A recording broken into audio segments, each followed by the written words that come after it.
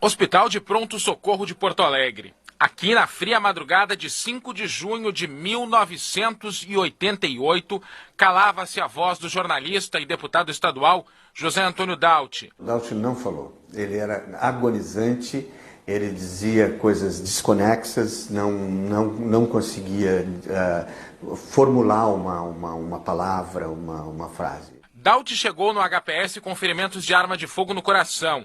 O cirurgião que o atendeu lembra que ele resistiu aos procedimentos na sala de emergência, mas teve uma parada cardíaca ao chegar no bloco cirúrgico. A gente conseguiu suturar esses ferimentos, esses orifícios, fechamos os orifícios, e o Dauti voltou ao coração bater, pressão normal. Dauti foi baleado na frente do prédio onde morava, na rua Quintino Bocaiúva, no bairro Moinhos de Vento, zona nobre de Porto Alegre. Passava das 10 horas da noite, Dauti deixou o carro na garagem de um posto de combustíveis que ficava do outro lado da rua. Ele veio caminhando. Quando chegou aqui no portão do prédio, foi surpreendido pelos tiros de espingarda calibre 12. O jornalista estava armado, mas não teve tempo de reagir. O atirador fugiu em um Monza cinza. Pouco antes do crime, Dauti jantou com a jornalista Beth Corbett. Eles eram amigos pessoais. Beth prefere as boas lembranças e não fala sobre o crime. O Dauti era uma pessoa à frente do tempo dele. Ele, 30 anos atrás, cuidava do planeta. Tinha preocupações ambientais. 30 anos atrás, ele já pensava em algumas coisas que hoje estão na pauta em gestão pública, como assim parcerias público-privadas. O também deputado Antônio Dexheimer, do mesmo partido de Dauti, o MDB, tinha um Monza da mesma cor usada pelo assassino. Foi o único acusado do crime, mas acabou absolvido 2 anos depois pelo Tribunal de Justiça. O advogado Amadeu Weimann foi assistente de acusação e afirma que havia provas contra o ex-deputado. Foi-se buscar uma espingarda na casa dele e se examinaram as que tinham e depois foram achar uma que tinha disparado recentemente, escondida atrás de um armário. Governador na época do assassinato, Pedro Simon, foi quem convidou o jornalista e o médico acusado do crime, que completa 3 décadas, para a carreira política. Tudo aquilo que se via falar, que se debatia e que o Dauti estava envolvido com relação a produtores, em relação a um grupo que teria determinado a sua morte, em relação à corrupção, com relação até a negócio de sexo, isso não estava sendo investigado. E não foi investigado. Doutor Alexandre, me fala lá como é que foi esse caso do Dauti aí, já faz tanto tempo que eu nem lembro quase nada, e o que pode lembrar para nós? Caso do Dauti. Tu atuou na investigação? Eu tive que auxiliar, né? Julho de 1988, 10 horas da noite. Aliás, 4 de julho. 4 de julho de... Porque foi o dia que eu estava casando. Junho, 4 de junho. Acho que foi julho. Não, foi na noite que nós casamos. Então, bom. A Márcia gritou. Se tu não casou 2 vezes, deve ser. Não, é uma só até agora. E pretendo casar. 4 de junho, 10h20 da noite. E que coisa incrível a vida, né? Às 10 da noite, eu passei por aquele local. Tu passou 15 minutos antes. O delegado Roberto Leite Pimentel morava na Quintino Bocaiúva, 100 metros da casa do Dauti. E o Roberto Pimentel era meu colega de faculdade e colega de academia de polícia, era delegado. E eu passei na casa do Pimentel para convidar ele para ir lá no... Aqui na Rua Havaí tinha um negócio aqui de música gauchesca, de antigo ali, tinha gaita e violão e coisa, e nós ia lá sexta-feira. E eu passei ele, vem cá, Pimentel, vamos lá hoje e tal, não sei o quê. Ele, vamos! E conversei rapidamente com o Pimentel, peguei meu carro e subi a Quintino Bocaiúva. 15 minutos antes do crime. Se o Pimentel resolve conversar outros assuntos comigo ali, me atraso, eu ia ouvir os tiros. E daí tu estava em cima. Eu estava em cima do crime, do local do crime. Era num sábado, né? Sábado. Casei no sábado. Foi isso, amor? Resumo da história. Eu vim saber no outro dia do crime. O Wilson atrás de mim, que nem um louco. E dali em diante nós não paramos mais. delegado de homicídios era o Benhor Marchiori, grande colega, meu amigo, gente finíssima. Está nos assistindo aí, vai mandar uma mensagem. Gente finíssima. O delegado de defraudação na época era o Marquísio, que depois virou chefe de polícia. Enfim, o Wilson era o diretor da DI, o Abílio era o delegado de roubos, e eu era o delegado de tóxico naquela época. O Asdrubal no furto, o Bancolini na captura, acho que o Ajaribe na captura, enfim. Bom, deu o caso Dauti. E o Benhor Marchiori era um delegado jovem na época, né? Ele estava há pouco tempo ali no homicídio. Eu acho que eu, lá no Guarani, enfrentei mais homicídios que ele como delegado de homicídio naquele período ali, né? Aquela proporcionalidade. Eu tinha mais de 150. E o Wilson, muito experiente, diretor da DI, etc. Bom, havia uma animosidade entre o Wilson e o chefe de polícia na época. Quem era o chefe? Era o Carvalho, era o... Antônio? Ai, meu Deus, agora me falhou o nome. Era o Carvalho. Pinto de Carvalho? Pinto de Carvalho. Era esse aí. Eduardo Pinto de Carvalho. Eduardo Pinto de Carvalho. Eles andavam se pegando e tal. Mas por questões operacionais. O Wilson era muito firme nas posições dele. Quando deu o caso, o Marchiori saiu com a equipe da homicídios em cima, mas tomou uma proporção gigantesca aquilo. E não para menos, né? Porque, pô, morre um deputado e nas primeiras 48, 72 horas surge um deputado como autor ou como suspeito. Uhum. E aí vem de um lado Amadeu Weimann como assistente de acusação representando a família, e do outro lado vem um monstro do direito, o doutor Oswaldo de Lia Pires, meu grande amigo. Que briga, hein? Não, briga de gigante. E a polícia no meio. Governo Simon. E logo na arrancada... Bom, vai encurtar a história. Na época, o programa do Lazier Martins, Ranzolin, que era diretor da Rádio Gaúcha, o Dauti era jornalista e deputado, mas os jornalistas todos começaram a cobrar da polícia tudo isso, né? Claro. E ficaram em cima. Isso tornou uma coisa, e aliás, uma coisa única, nunca mais vai acontecer isso. Que até hoje, né, ainda é muito cobrado, Não. apesar de já ter passado 20 e pouco. É, em 88, nós estamos em São 2021, 33 anos. 33, 34 anos. Bom, e a coisa começou a encrespar e tal, e tinha aquela insinuação em cima do Dexheimer, que era o deputado acusado, porque ele tinha se separado da mulher recentemente, e consta que o Dauti estaria tendo um caso com a mulher dele. Então, o motivo do crime seria um crime passional. E o Dauti teria sido morto em razão disso. Uhum. E o local de crime, testemunhas, um garçom ali do Wunderbar na frente da Quintino, e mais um guardador de carro, viram um Monza escuro e um homem de barba. O Dexheimer tinha barba e tinha um Monza. Puta vida. Então, toda aquela investigação, nesse inquérito foram ouvidos 95 pessoas. Na justiça foram ouvidos 33 ou 36. Como o acusado era um deputado federal, era um deputado estadual, tinha foro privilegiado. Quem julgava ele, quem acusava? Quem acusava o Procurador-Geral da Justiça, não era a vara do júri. E quem julgava era o Tribunal Pleno, o Tribunal de Justiça, que eram 21 desembargadores na época. Hoje o tribunal tem 150 desembargadores. Na época o Pleno era 25 e esse julgamento parece que era 21. O resultado foi 14 votos absolvendo. Dos 21, 14 absolveram. O que aconteceu no início?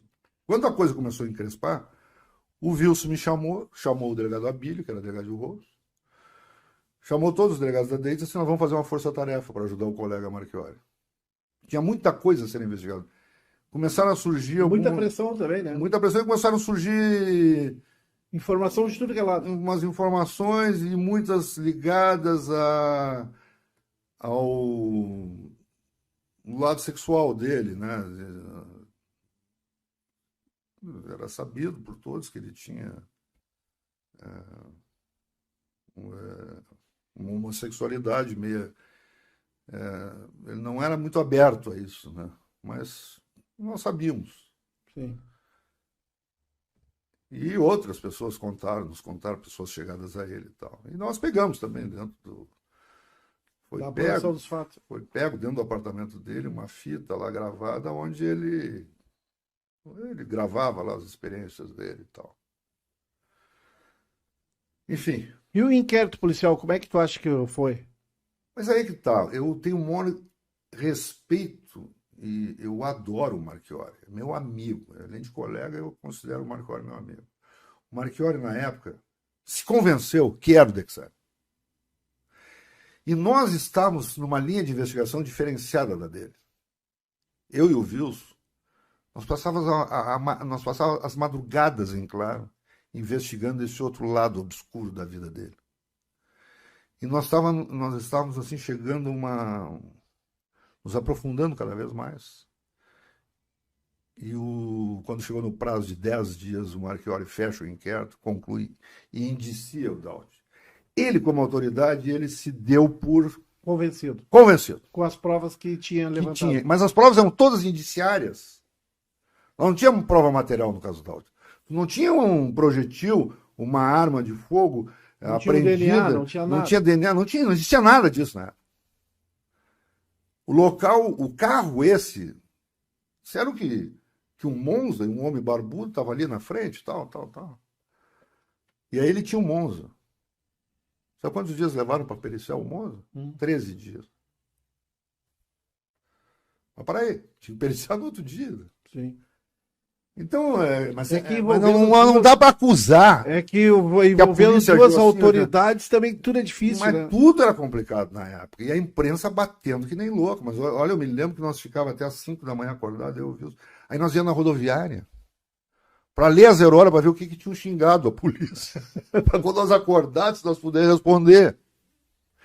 Até numa dessas idas da rodoviária, porque lá tinha a 0 horas, saía às 6 da manhã lá, que ia para o interior, né? É o primeiro local. É o primeiro lugar. Nós encontramos o Paulo Santana. Aí o Paulo Santana nos olha assim de longe, diz assim: "Ô, vocês dois aí, descobri tudo, tá tudo resolvido. Já sei que o Dexheimer é o inocente, é culpado." Aos gritos na rodoviária, no meio dos táxis. Paulo Santana falando. Aos gritos, no meio dos táxis ali, sabe? E eu olhei para a cara do Wilson, o Wilson me olhou assim: "Pô, será que nós perdemos alguma coisa que não sabemos? Agora esse louco aí tá dizendo isso. Nós vamos... eu sou diretor de investigação e aconteceu alguma coisa aí que nós estávamos vindo a caminho para cá." Aí chegamos no procedimento de Santana, e aí, Santana, tudo bem? Tudo bem e tal. Mas afinal, por que tu está dizendo isso? Ele: "Nenhum inocente contrata o Lia Pires." Me larga aquela. Nenhum inocente contrata a Lia Pires. O Dexheimer é o culpado.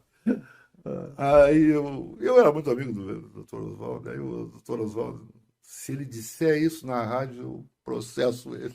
Hoje é fácil falar, porque já se passaram, já se viram as provas, já se viu todos os indícios, enfim, né? E se começasse no zero hoje, o que tu mudaria? Tudo. Em primeiro lugar, que eu não ia concluir aquele inquérito em 10 dias, nem uma hipótese alguma.